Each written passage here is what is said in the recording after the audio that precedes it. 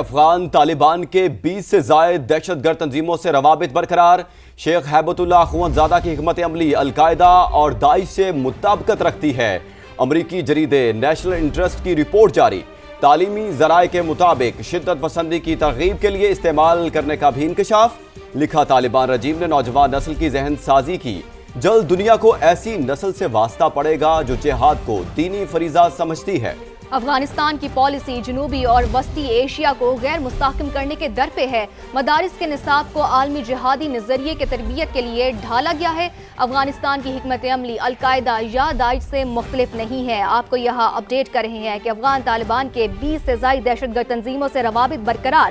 شیخ ہیبت اللہ اخونزادہ کی حکمت عملی القاعدہ اور داعش سے مطابقت رکھتی ہے۔ امریکی جریدے دی نیشنل انٹرسٹ کی رپورٹ جاری۔ تعلیمی ذرائع کو شدت پسندی کی ترغیب کے لیے استعمال کرنے کا بھی انکشاف۔ لکھا کہ طالبان رجیم نے نوجوان نسل کی ذہن سازی کی ہے۔ اسی پر بات کرنے کے لیے ہمارے ساتھ موجود ہیں میسم رضا صاحب، تجزیہ کار ہیں۔ میسم صاحب بہت شکریہ وقت دینے کا۔ میسم صاحب، ایک خطرناک سچویشن بنتی آ رہی ہے جس کو دنیا فیس کرے گی آنے والے وقتوں کے اندر، تو اس کو کس طرح کاؤنٹر کیا جائے؟ یہ ایک بڑی ہوشربا رپورٹ امریکی جریدے دی نیشنل انٹرسٹ نے دی ہے، اور جس میں شیخ بیت اللہ اخونزادہ کی جو حکمت عملی ہے اس کو القاعدہ اور داعش کے مترادف قرار دیا ہے انہوں نے۔ اور اقوام متحدہ کے مطابق جو رپورٹ انہوں نے شائع کی ہے، طالبان کے 20 سے زائد علاقائی اور عالمی جو دہشت گرد تنظیمیں ہیں ان کے ساتھ روابط انہوں نے مینشن کیے ہیں۔ اور جو زیادہ شاکنگ نیوز انہوں نے جو اس میں مینشن کی ہے وہ یہ کی ہے کہ بہت جلدی دنیا ایک ایسی نسل سے واسطہ پڑے گا دنیا کا جو عالمی جہاد کو ایک اپنا فرض سمجھتی ہے، دینی فرض سمجھتی ہے۔ اب اس میں اور بھی کافی سارے پوائنٹس ہیں جو رپورٹ میں پڑھے جا سکتے ہیں، اور اسپیشلی اس میں جو مدرسے کی جو تعلیم ہے اس میں 4 کروڑ آبادی کے بیچ میں 23,000 مدرسوں کا ہونا، اور مدرسوں کے نصاب کو جو ہے وہ ایک ذہن سازی کے لیے استعمال کرنا، اور اسپیشلی لڑکیوں کے لیے کسی تعلیم کا نہ ہونا، اور بھی اس طرح کے 6-7 پوائنٹ انہوں نے کافی ہوشربا جو ہے وہ اس میں مینشن کیے ہیں۔ اور اب اس میں دیکھنے کی جو ضرورت یہ ہے کہ یو این جو ہے وہ ایک ادارہ ہے ایسا جس کے پاس اختیارات ہیں، اور جس کو ہم سمجھتے ہیں کہ یہ الٹیمیٹ اختیارات اگر اس وقت دنیا میں ہیں تو وہ ایک یونائٹڈ نیشن کی طرف دنیا دیکھتی ہے۔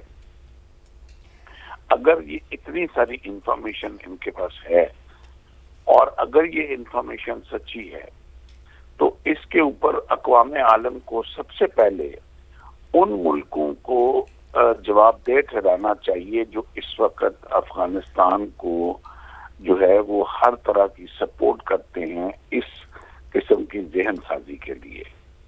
اور اس دنیا سے کوئی کہیں سے ڈھکا چھپا نہیں کہ اس وقت جو افغانستان کے ساتھ جو روابط ہیں وہ سب سے زیادہ بھارت کے ہیں، اور بھارت کی حمایت اس کو پیچھے سے حاصل ہے۔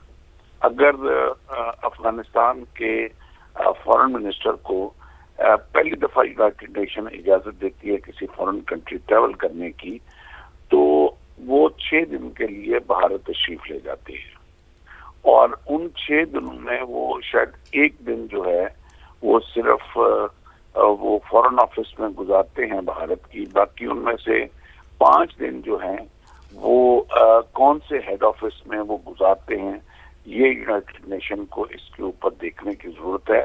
جی بالکل میسم رضا صاحب، آپ بالکل درست کہہ رہے ہیں، آپ ہمارے ساتھ ہی رہے گا۔ اور اس وقت ہمیں تجزیہ کار عابد لطیف صاحب نے بھی جوائن کیا ہے۔ بہت شکریہ سر ہمیں اپنا قیمتی وقت دینے کا۔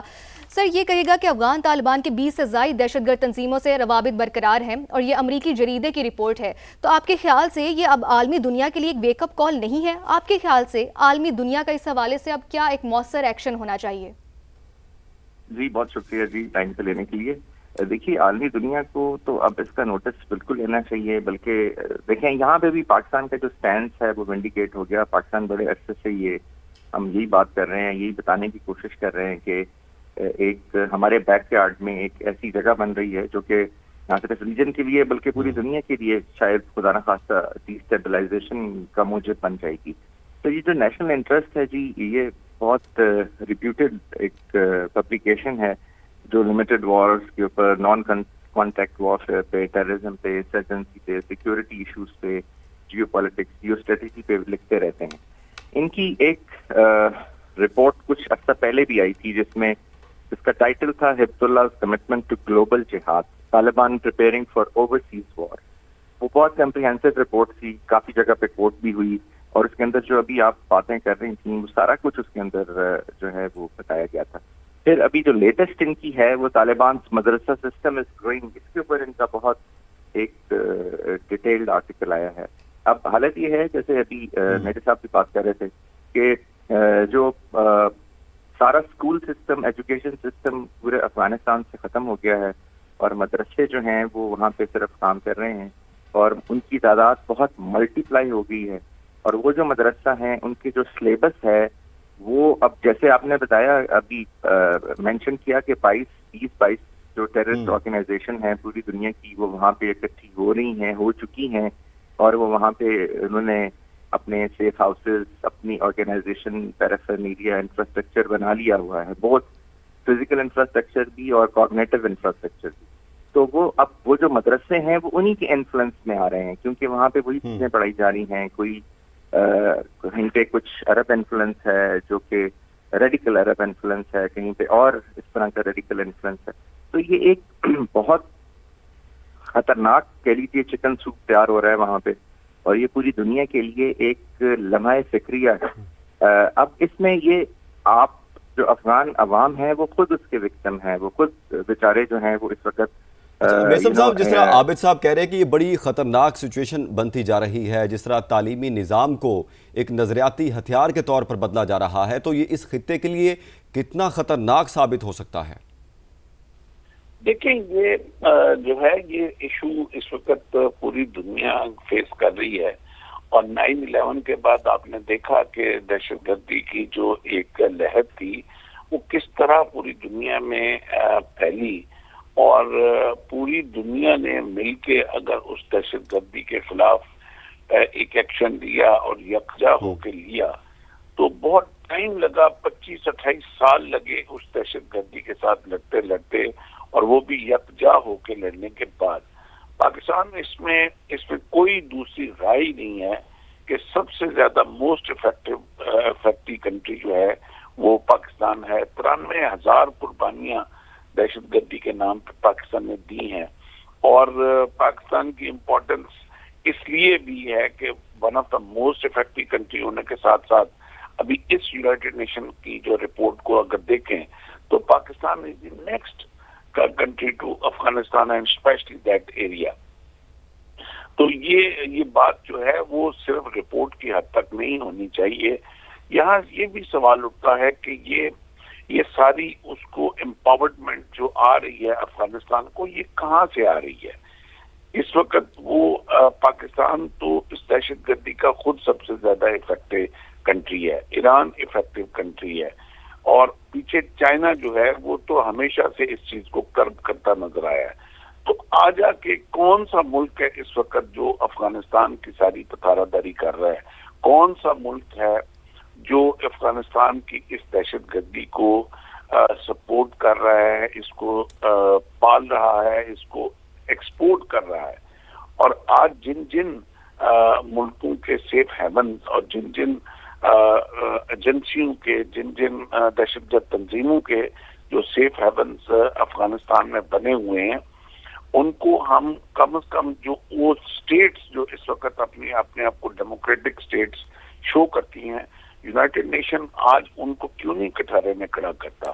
اس چیز کے اوپر آنکھیں بند نہیں کرنی چاہیے، اور جو بھی اس رپورٹ کے ساتھ کنیکٹڈ دہشت گرد تنظیم کو پال رہا ہے، یا کسی نے اپنے ادھر سیف ہیونز بنائے ہوئے ہیں یا ٹریننگ کے اڈے بنائے ہوئے ہیں، آج یونائٹڈ نیشن کو کھل کے ان کا نام لینا چاہیے اور وہاں جب تک ہم اس کو وی ول ناٹ کال اسپیڈ تب تک ہم مل کر کسی دہشت گردی کا مقابلہ نہیں کر سکتے.